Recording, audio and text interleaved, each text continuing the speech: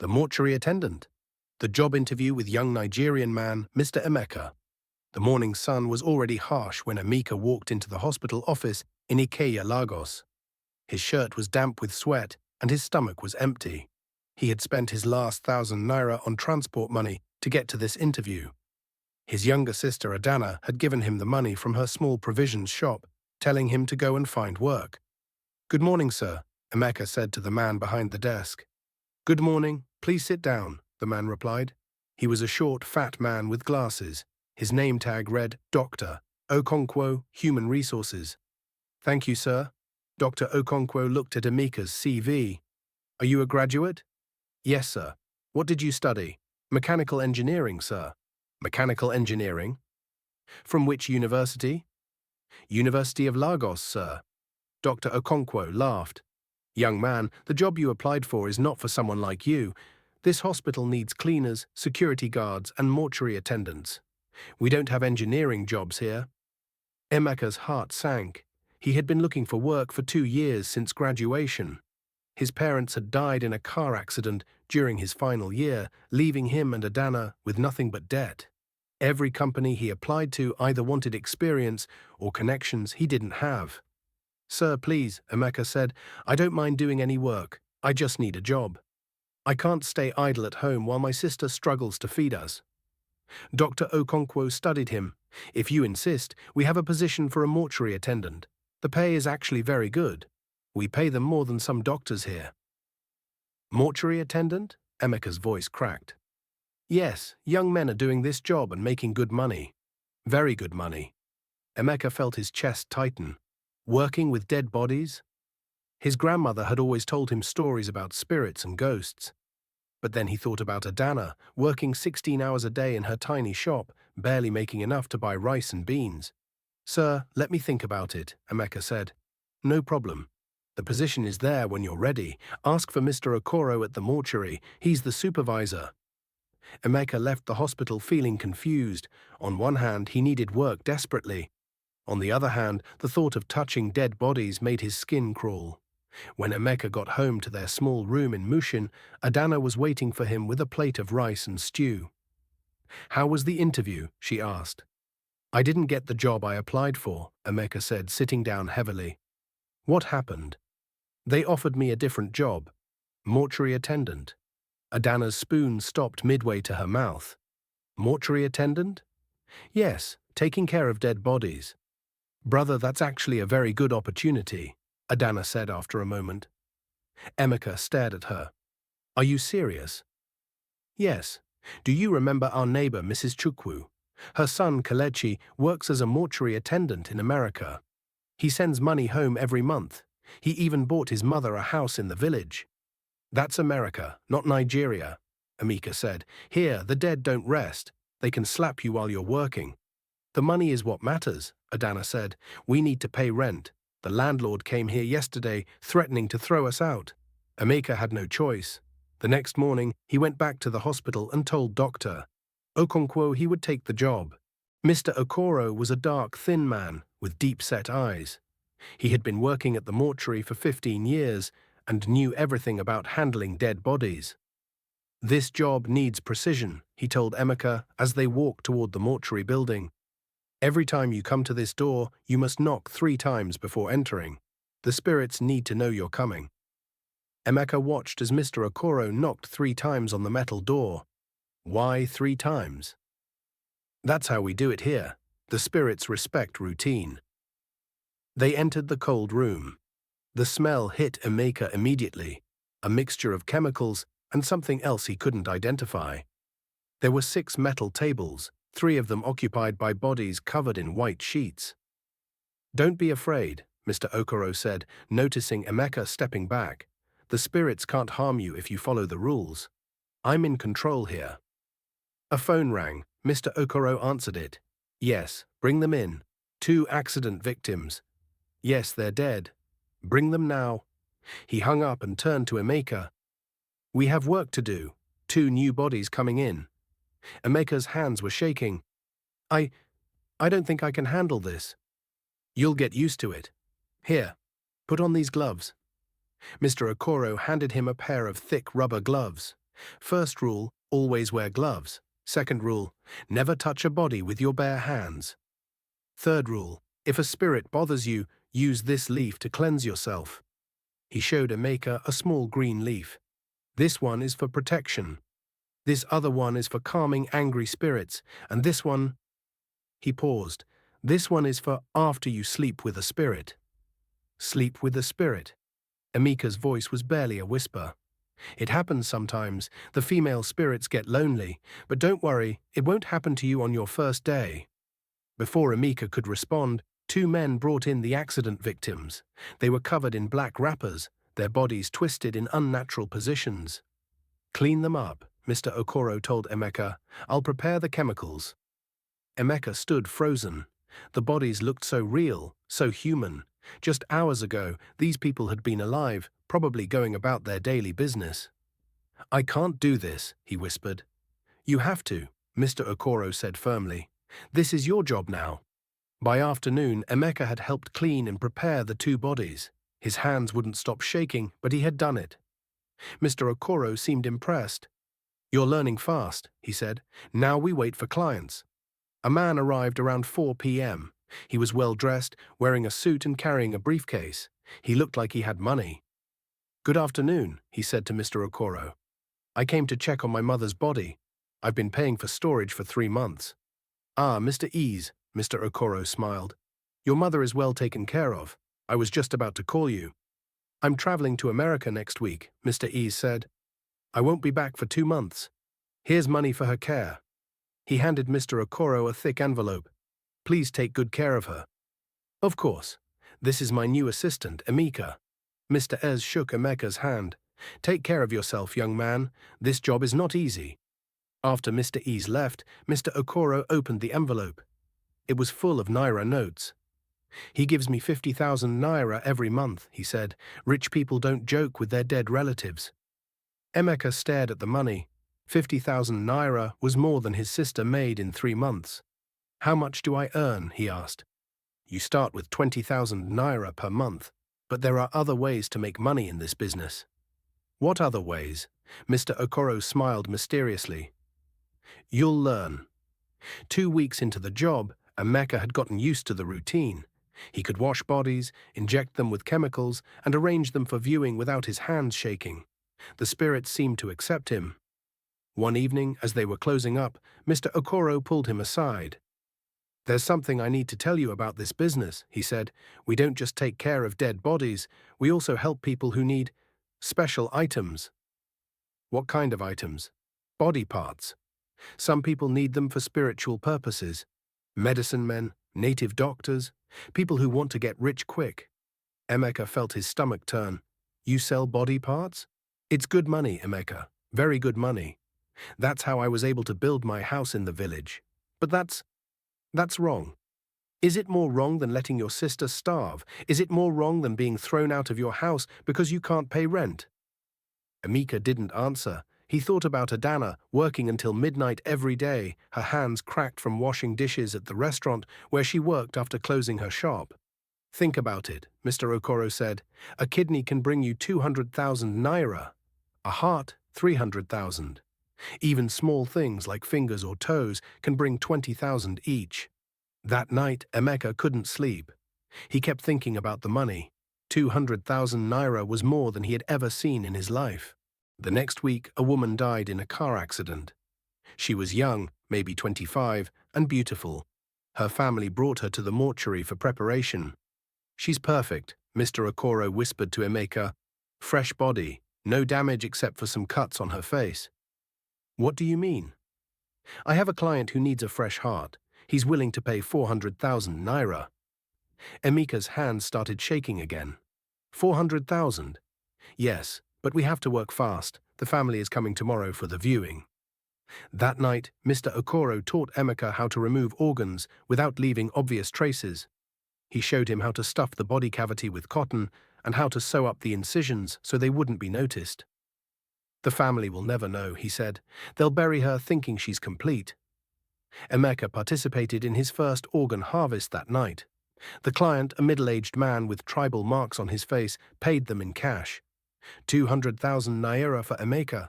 200,000 for Mr. Okoro. Emeka had never held so much money in his life. When he got home, he gave Adana 50,000 naira. "Brother, this is too much," she said. "Where did you get all this money?" "I worked overtime," he lied. "The hospital pays well for extra work." Adana didn't ask more questions. She was so happy to have money to buy food and pay their rent. Over the next 3 months, Emeka and Mr. Okoro harvested organs from 12 bodies. Hearts, kidneys, livers, even eyes. Each sale brought them more money than most people in Nigeria made in a year. Emeka moved himself and Adana to a better apartment in Surulere. He bought her new clothes, a generator for their shop, and even a small car. People in their neighborhood started calling him Oga Emeka, because he always had money. But something was changing in Emeka. He started having nightmares. Dead bodies would chase him in his sleep. He would wake up screaming, covered in sweat. "Are you okay?" Adana asked one morning after a particularly bad night. "I'm fine," Emeka lied. "Just work stress." But he wasn't fine. He was seeing things. Shadows moving in the corners of his vision. Cold spots in their apartment. Sometimes he would hear voices calling his name when no one was there. One day at work, as he was preparing a body for viewing, the dead man's eyes suddenly opened and stared at him. "Give me back my heart," the corpse whispered. Emeka screamed and ran out of the mortuary. Mr. Okoro found him outside, hyperventilating. "What happened?" The dead man spoke to me. He asked for his heart back." Mr. Okoro laughed. "That's normal. The spirits get angry when we take their parts, but they can't hurt you. I told you, I'm in control here." But Emeka wasn't convinced. The nightmares got worse. He started drinking to help him sleep, but even alcohol couldn't stop the visions. One night, a wealthy businessman named Chief Ogbonna died of a heart attack. His family brought him to the mortuary and paid for premium treatment. They wanted him to look perfect for the funeral. "This is our biggest client," Mr. Okoro told Emeka. "Chief Ogbonna's family has money. They'll pay anything to honor him." But Mr. Okoro had also received an order for a fresh liver. The client was offering 600,000 naira, the highest price they had ever been offered. "We can't," Emeka said. "His family will inspect the body closely. They'll notice if something is missing." "I've done this before," Mr. Okoro said. "I know how to hide it." They harvested Chief Ogbonna's liver that night. Mr. Okoro was careful, but not careful enough. When the family came for the viewing the next day, Chief Ogbonna's son, who was a doctor, noticed something was wrong. "Why does my father's stomach look sunken?" he asked. "Sometimes the body settles after death," Mr. Okoro lied. But the son wasn't convinced. He demanded to examine the body. When he opened the stomach cavity, he found it stuffed with newspapers and cotton. "Where is my father's liver?" he shouted. Mr. Okoro and Emeka tried to run, but the family had already called the police. They were arrested and charged with desecration of a corpse and selling human organs. The trial was all over the newspapers. "Mortuary attendants sell human organs," read the headlines. Emeka's face was on the front page of every major newspaper in Lagos. Adana came to see him in prison. She was crying. "Why, brother? Why did you do this?" "I wanted to take care of you," Emeka said through the bars. "I wanted us to have a better life. By selling dead people's organs. By becoming a criminal. I didn't know it would end like this. The whole neighborhood knows now. I can't even go to the market without people staring and whispering. They call me the organ seller's sister."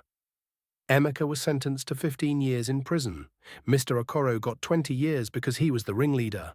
In prison, Emeka's nightmares got worse. Every night, the spirits of the people whose organs they had sold would visit him. They would demand their parts back, threaten him, sometimes even attack him. Other prisoners avoided him. They had heard about his crimes and were afraid of him. They believed he was cursed. "The dead don't forgive," an old prisoner told him. "You stole from them, and now they will haunt you forever." 5 years into his sentence, Emeka was transferred to a different prison. He thought maybe the change would help him escape the spirits, but they followed him. One night, as he lay in his cell, he heard a familiar voice. "Emeka." He opened his eyes and saw a woman standing at the foot of his bed. She was young and beautiful, but her chest was cut open, revealing an empty cavity where her heart should have been. "You took my heart," she said. "I can't rest until you give it back." "I can't give it back," Emeka whispered. "It's gone. Then you will suffer as I suffer. You will never know peace." More spirits appeared, men and women, young and old, all missing parts of their bodies. They surrounded his bed, reaching for him with bloody hands. "Give us back our organs. Let us rest in peace." "You destroyed our bodies," Emeka screamed. The guards came running, but they couldn't see the spirits. They thought he was having a mental breakdown. He was taken to the prison hospital and given medication for schizophrenia. But the medicine couldn't stop the spirits. They visited him every night, getting angrier and more violent. After 7 years in prison, Emeka couldn't take it anymore. He asked to see a priest. Father Anthony was a young Catholic priest who counseled prisoners. He listened as Emeka told him everything: the job at the mortuary, the organ harvesting, the money, the nightmares. "I know I did wrong," Emeka said, "but I just wanted to help my sister. I wanted us to have a better life." "God forgives all sins," Father Anthony said, "but you must truly repent. You must accept responsibility for what you did." "I do accept responsibility. But the spirits won't leave me alone. They want their organs back, and I can't give them back." "The spirits you're seeing are manifestations of your guilt," the priest said. "They're not real. They're your conscience trying to tell you something." "What are they trying to tell me?" "What you did was wrong, that you violated the dignity of human beings, even in death. That you need to make amends." "How can I make amends?" "I can't bring back the organs I sold. You can tell others about what you did. You can warn them about the consequences of greed. You can help prevent other people from making the same mistakes." Emeka started talking to other prisoners about his experience. He told them about the temptation of easy money and how it had destroyed his life. "I thought I was helping my sister," he would say, "but I was really destroying both of us. The money was cursed from the beginning." Some prisoners listened, others mocked him. But he kept talking, hoping that his story would save at least one person from making the same mistake. He also started writing letters to newspapers, telling his story and warning people about the dangers of organ trafficking. Most newspapers ignored him, but a few published his letters. Slowly, the nightmares began to fade. The spirits visited him less frequently. It was as if his confession and attempts to make amends were slowly lifting the curse. 8 years into his sentence, Emeka received a letter from Adana. She had moved to Abuja and was working as a teacher. She had married a good man and had a daughter. "Brother," she wrote, "I have forgiven you for what you did. I know you thought you were helping me, but I never wanted help that came from hurting others. I would rather have stayed poor and hungry than have money from selling dead people's organs. I read your letters in the newspapers. I'm proud that you're trying to warn other people. That's the brother I remember, the one who cared about others. My daughter is 3 years old now. Her name is Emeka, after you. I tell her stories about her uncle, who made mistakes but learned from them. I want her to know that everyone deserves a second chance. I pray for you every day. I pray that God will forgive you and that you will find peace. When you get out of prison, you will always have a home with us." Emeka cried when he read the letter. For the first time in years, he felt hope. After 12 years in prison, Emeka was released for good behavior. He was 42 years old, his hair was grey, and his face was lined with years of guilt and suffering. Adana was waiting for him at the prison gates. She was a grown woman now, confident and successful. Next to her was a 12-year-old girl with bright eyes and a shy smile. "Uncle Emeka," the girl said, "I've been waiting to meet you." Emeka hugged his niece, tears streaming down his face. "I'm sorry," he whispered to Adana. "I'm so sorry for everything." "You've paid for your mistakes," Adana said. "Now it's time to start over." They drove to Abuja, where Adana had built a good life. Her husband, Joseph, was a civil engineer. They had a nice house and a small business. They welcomed Emeka with open arms. "Everyone makes mistakes," Joseph said. "What matters is what you do after you make them." Emeka got a job at a local NGO that helped former prisoners reintegrate into society. His job was to counsel people who had just been released from prison, helping them find work and avoid falling back into crime. He was good at the job, because he understood what they were going through. He could relate to the shame, the hopelessness, the temptation to return to old ways. "I was like you," he would tell them. "I thought easy money would solve all my problems. Instead, it created bigger problems." Real success comes from honest work, even if it's slow and difficult. He also started visiting schools and churches, telling his story to young people. He warned them about the dangers of get-rich-quick schemes and the importance of making moral choices even when they were struggling. "Money earned through evil means is cursed," he would say. "It will bring you nothing but suffering." Many people listened to his message. Some letters from young people thanked him for saving them from making bad choices. 5 years after his release, Emeka was invited to speak at a conference on organ trafficking. Government officials, doctors, and law enforcement officers were there to discuss ways to combat the illegal trade. "I am here not as an expert," Emeka began, "but as someone who was part of the problem. I sold human organs for money. I violated the dignity of dead people and their families. I destroyed my own life and hurt the people I loved. I want to tell you that this business exists because of poverty and desperation. I didn't start out wanting to be a criminal. I just wanted to help my sister and myself survive. But when you're desperate, you can convince yourself that anything is acceptable. The solution is not just law enforcement. Though that's important, the solution is giving people legitimate opportunities to earn a living. It's creating a society where young people don't have to choose between crime and starvation. I also want to tell families who have lost loved ones to organ thieves that I am sorry. I know my words can't bring back what was taken, but I want you to know that some of us who did this evil thing are truly sorry and are trying to make amends." The audience was silent when he finished. Then, slowly, they began to applaud. A woman in the front row was crying. After the conference, the woman approached him. "My son's organs were stolen after he died in a car accident 10 years ago," she said. "I've been angry for so long. Thank you for helping me understand that the people who did this were human too, not just monsters." Emeka never married. He said he didn't deserve happiness after what he had done. But he found joy in his relationship with his niece, who was now 17 and preparing for university. "Uncle," she said one day, "I want to study criminology. I want to understand why people commit crimes and how to prevent them." "That's a good field," Emeka said. "But remember, the most important thing is to never lose your humanity. Even criminals are human beings who made bad choices." "Is that why you work with former prisoners, to help them remember their humanity?" "Yes, and to remember my own." Adana's business had grown into a successful company. She employed 20 people and was known throughout Abuja for her integrity and kindness. "I'm proud of you," Emeka told her one day. "You succeeded the right way." "We both succeeded," Adana replied. "You just took a longer path." 20 years after his release from prison, Emeka was asked to return to the mortuary where he had worked. The hospital was being renovated, and they wanted him to speak to the new staff about ethical practices. Walking into the mortuary brought back all the memories.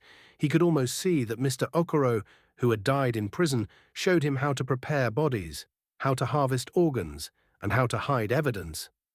"This is where I made the worst decisions of my life," he told the new staff. "I let greed and desperation overcome my moral judgment. I tell you this not to shock you, but to warn you. You will face temptations in this job. People will offer you money to do things that are wrong. Remember that easy money is never worth the cost." A young man raised his hand. "But what if you really need the money? What if your family is starving?" "Then you find another way," Emeka said. "You borrow money, you ask for help, you work extra jobs. You do anything except compromise your integrity. Because once you cross that line, it becomes easier to cross it again and again. And eventually, you lose yourself completely." Now 65 years old, Emeka lived quietly in Abuja. He had a small apartment and a simple life. He still counseled former prisoners and spoke at schools, but most of his time was spent reading and thinking. The nightmares had stopped years ago. The spirits no longer visited him. He had found a measure of peace through his work and his attempts to make amends. One evening, as he was walking home from the market, he saw a young man arguing with a well-dressed stranger. The stranger was offering the young man money for something. "I don't know. The young man was saying, "It doesn't feel right." "Nobody will know," the stranger insisted. "Easy money, no questions asked." Emeka recognized the situation. He had been that young man once, desperate and vulnerable to temptation. "Excuse me," he said, approaching them. "Can I talk to you for a minute?" The stranger looked annoyed. "This is private business, old man." "I'm sure it is," Emeka said calmly. "That's usually how these things work." The young man looked at Emeka with curiosity. There was something about the old man's eyes that suggested he had seen a lot of life. "Let me buy you a drink," Emeka said to the young man. "I have a story to tell you." The stranger cursed and walked away. The young man followed Emeka to a nearby restaurant. "What's your name?" Emeka asked. "Chinedu." "Well, Chinedu, I want to tell you about a young man who once faced the same choice you're facing. He chose wrong, and it destroyed his life." Emeka told his story once again, watching as Chinedu's eyes grew wide with shock and understanding. "Thank you," Chinedu said when Emeka finished. "I was about to make a terrible mistake." "What was he offering you?" "Money to steal from my employer. I work at a bank, and he wanted me to help him access customer accounts. I need money for my mother's medical bills, and I was tempted." "There are other ways to get money for medical bills," Emeka said. "Legal ways. Let me help you figure it out." Emeka died peacefully in his sleep at age 83.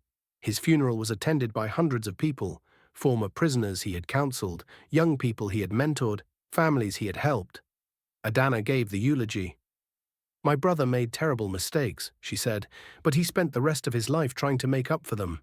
He saved more people after his crimes than he hurt during them. That's the man I want to remember." His niece, now a successful criminologist and professor, spoke about his impact on her life. "Uncle Emeka taught me that redemption is possible for everyone. He showed me that the most important thing is not whether you fall, but whether you get back up and try to do better." The local newspaper ran a headline, "Former organ trafficker dies after decades of redemption work." The article detailed his crimes but focused more on his efforts to prevent others from making the same mistakes. A young man who had been saved from a life of crime by Emeka's counseling established a foundation in his name. The Emeka Foundation helps former prisoners reintegrate into society and provides counseling to people facing moral dilemmas.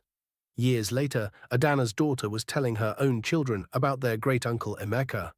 She didn't hide his crimes, but she emphasized the lessons of his life. "He made very bad choices when he was young," she said, "but he learned from them and spent the rest of his life helping others. He used to say that everyone deserves a second chance, but you have to earn it through hard work and genuine change." "Was he a good man or a bad man?" asked her youngest child. "He was a human being," she replied. "Like all of us, he had the capacity for both good and evil. The important thing is that he chose to do good after he learned from his mistakes." The story of Emeka became a cautionary tale told in schools and churches across Nigeria. It reminded people that poverty and desperation can lead to terrible choices, but that redemption is always possible for those who truly seek it. In the end, Emeka's legacy was not the crimes he committed, but the people he saved from committing similar crimes.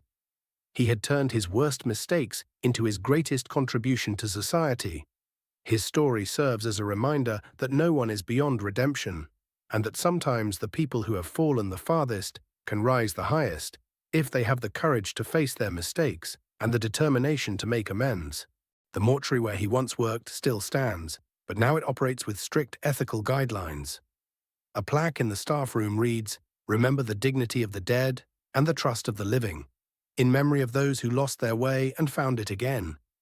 Emeka's story continues to touch lives, reminding people that true success comes not from easy money or quick fixes, but from honest work, moral choices, and the courage to do what is right, even when it is difficult.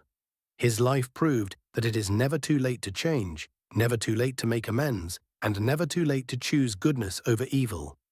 In a world where many people believe that some mistakes are unforgivable, Emeka's story offers hope that redemption is always possible for those who truly seek it. The end of the story. Thanks for watching. Please subscribe to this channel for more content like this, and God bless you. Please make sure you drop your comment and share your thoughts with us.